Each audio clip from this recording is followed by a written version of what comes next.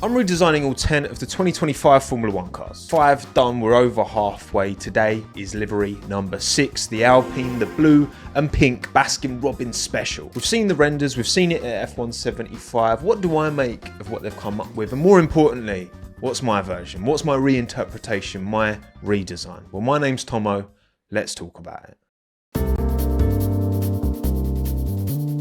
Today has been a day. Like, I'm not going to go into the details, but it's been a day today. So if my mood's a bit low, a bit, just life. Anyway, we're going to talk about the Alpine. No rest for the wicked. It's a busy time of year, so let's crack on. Starting with the side profile of, you know what, a livery that has frustrated me for a long time, to be honest. I mean, the 2021 Alpine is one of my favourite liveries of all time. I absolutely adore the way that thing looks. Obviously, the pink of the BWT coming in, I see how they've got to try and integrate it with the blue, but still preserve a degree of the Alpine nature, you know, the Alpine identity. I absolutely love that blue. That blue is very reminiscent of the 2021 Alpine, and even the A towards the back with the pink and the black kind of breaking up. There's no direct touching of blue and pink on this livery at all, you might notice. From a side profile, I've got to say, I really like it. And the BWT as well, in the all pink with just a singular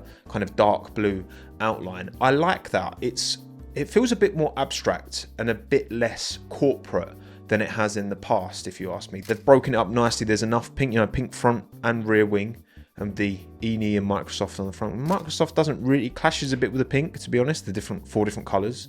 On the pink, I feel like that needs a kind of white outline or something. ENI, I don't know how you pronounce it, they've come in as a sponsor, big, not title sponsor, but significant sponsor on the side of the car. Otherwise, MSC as well, MSC Cruises, I think they were on the car last year, I can't actually remember, and they've heightened their presence this year. And of course, Mercado Libre with Franco Colapinto moving over have made an appearance as well. But yeah, from this side on shot, I actually think as well they could have done something nice with the kind of hubcaps, I like to call them. Most of the time I like an all black hubcap, but in this instance, I think they could have done something with it. When you look at what Sauber do with theirs, where they have the bright green kind of, that's something creative, and I feel like they could have maybe done something like this. I would have liked to have seen that on the Alpine. You come round to the front on angle, however, very different. Obviously, the side profile definitely prioritizes the blue, whereas the front angle prioritizes the pink. Fundamentally, I don't necessarily have a problem with that. I'm just not feeling the all pink nose. And then the BWT you're seeing on the front wing has gone back to the more kind of corporate with a white outline and the dark deep blue. Now, of course, BWT have their own brand guidelines that they'll be stipulating. I like the execution of the BWT logo on the side.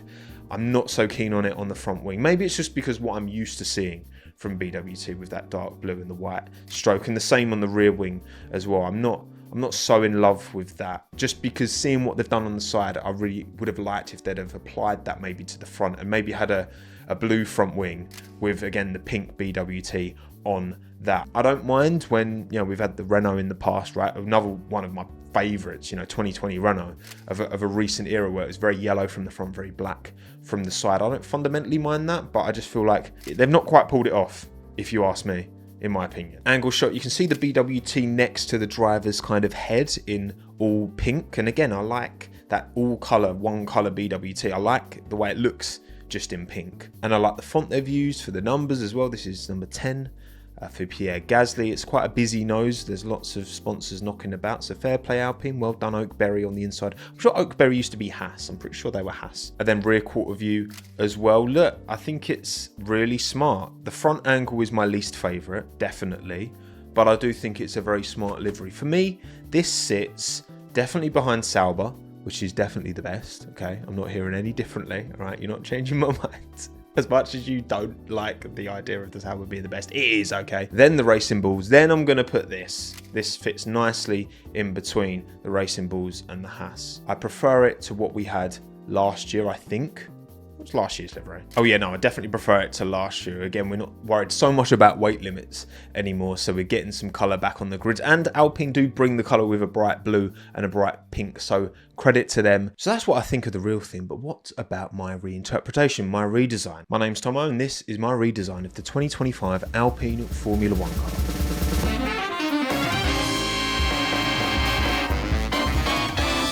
What do you think? Here she is, the old Baskin-Robbins wannabe, blue, pink, black. Talk to me in the comments, pinned comment. Remember, original versus TOMMO'S. What do you prefer? Which one are you looking at? Which one are you thinking, yes, that's the one I want to see in real life? So we started with the side profile on the real thing. Let's start with that on mine. So I've kept the BWT on the side. However, in terms of balancing the colors for this redesign, I've really lent into the white a little bit more. You know, I love a bit of white on my liveries. I'm thinking from a BWT standpoint, right? Because you can argue on the real car, having the pink with the dark outline, it doesn't really pop. I think the BWT pops more here by having it in all white, which I'm sure is very much against their brand guidelines. I know it's against their brand guidelines. However, come on, having your logo in white, BWT, come on, there's nothing wrong with that, surely. And then a black outline. I've dropped the dark blue, basically. I think having the dark navy blue, where you already have like black carbon on the car, having that dark navy blue just doesn't add anything. And again, I understand brand guidelines are a thing, okay, but for the sake of this moving billboard, legibility is the most important thing. E&I, the ENI, I've moved it down here. It's not quite as prevalent as it is in the real car. However, I've put a couple of more of the logos around the car just to compensate, right, for their slightly less prominent position on the car. And then what I've done is I've flipped the Alpine A, so it's backwards. Now, again, this is probably very much against Alpine brand guidelines, okay? But in terms of fitting this shape, I kind of liked it here.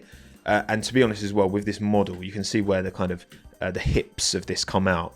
It would be really hard to make that A look good. RS Turbo, they're promoting obviously the new Renault 5, the Alpine version.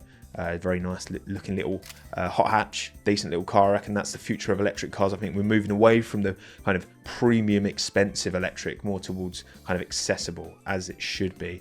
E&I on the side, again, I think the black text pops more on the pink, is more legible. Again, from a legibility point of view, that's what I'm going first and foremost. And it's nice as well where you've got kind of the white text on the blue, definitely more legible, the black text on the pink. It just helps these logos and these brands stand alone, you know, in isolation from the other. Because sometimes when you have too many brands chucked together, you can argue it's like it down here, right? They all kind of blend into one a little bit and they lose their individual identity. But when you've got, see, like Ada Cosmetics and ENI on the side, they're very much clear, right? These are two different logos. We've got Alpine on the rear wing, and yeah, in terms of the wheels, I've put blue on the back, pink on the front, because I feel like the front of the car is slightly more blue weighted, the back slightly more pink weighted. So then I've just flipped, so I put the blue at the back and the pink at the front because I feel that was simply lovely. Mercado Libre on the side, it's reversed there for some reason. I can't seem to fix that. Castor MSC still prominent here.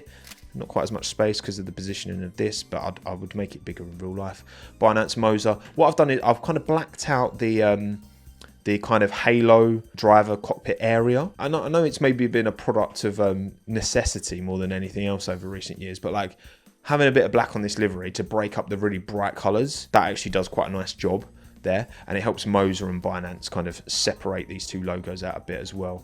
And from a branding point of view, lets the BWT, which is in the bright blue here, I've matched the blue again, breaking back brand guidelines, left, right and center, but I've got the flexibility and freedom to do so. So I'm going to do it because it's more fun that way.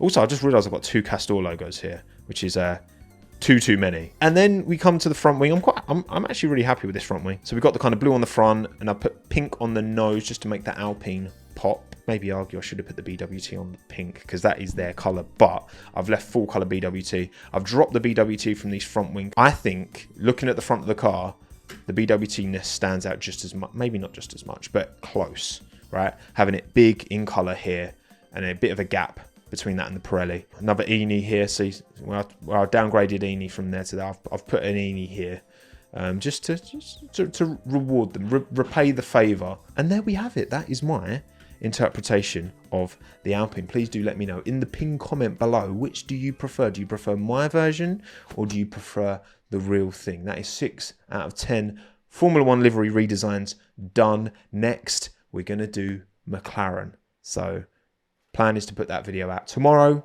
Watch this space. Like and subscribe if you enjoyed. My name's Tommo. Thanks again. Have a good one. Ta-da.